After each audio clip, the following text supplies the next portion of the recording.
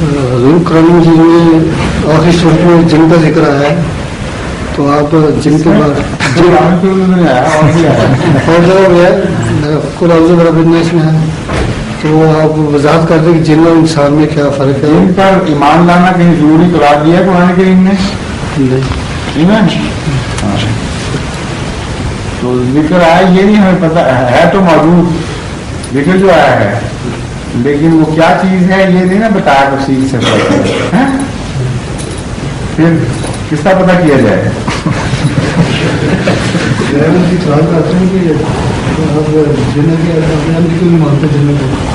مان والوں کو بتا ہی جواب دے چکا ہوں، جن پر ایمان لانا ضروری نہیں، جن پر ایمان لانا ضروری ہے ندیوں پر ان پر تو وہ لاتے نہیں، اور جنوں میں ہمیں بنواتے ہیں جن پر ایمان لانا ضروری نہیں۔ عجیب الٹ کر دیے سارا قصہ انہوں نے۔ وہ چیزیں جن کا انسانی مفاد سے تعلق ہے، جن کے ساتھ انسانی زندگی بقا وابستہ ہو گئی ہے، یعنی انبیاء کی آمد، جن پر ایمان لانے کا ذکر بار بار قرآن میں آتا ہے، ان کو تو مذاق کا نشانہ بنا دیتے ہیں اور کہتے ہیں کوئی ضرورت نہیں بلکہ آنے کوئی نہیں، اور جن کی اتنا پیچھے پڑ گئے ہیں کہتے ہیں جن بھی کبھی کسی انسان کی اتنا پیچھے نہیں پڑا ہوگا۔ فضول قصے ہیں بنائے ہوئے۔ قرآن کریم میں جہاں جن ذکر کیے ہیں وہاں بتایا بھی ہے وہ جن کا ہے،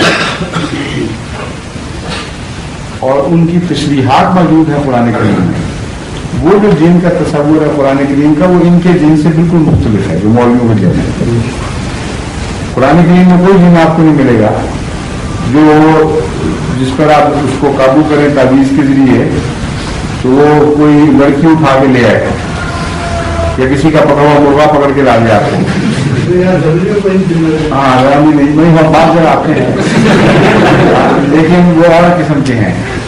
بہرحال یہ جو جن میں بتا رہا ہوں مولویوں والے جن کو دم درود سے قابو کر لیتے ہیں اور اس کے گندے کام سے کروائیں اور چوریاں کروائیں اور جو جان کی شرارتیں وہ ان سے کروا لیں، کسی کے کپڑوں کو آگ لگوائیں، کسی کو زندگی مصیبت میں ڈال دیں، ایسے جن کا قرآن میں نہیں ذکر ہے نہیں نا، تو مولوی سے کہو کہ یہ جن تو ہمیں نہیں ماننا، جو تم منوانا چاہتے ہو وہ یہ جن ہے، جو دوسرے جن ہیں قرآن کریم میں ان کو ہم مانتے ہیں۔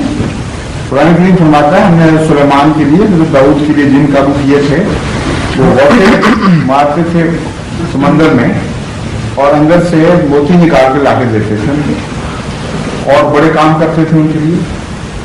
اب یہ جو جن بتاتے ہیں یہ تو آگ کا بنا ہوتا ہے نا، آگ سمندر میں غوطہ مار سکتی ہے، بجھ جائے گی، اس لیے وہ جن ایسے تھے جو آگ کے نہیں تھے۔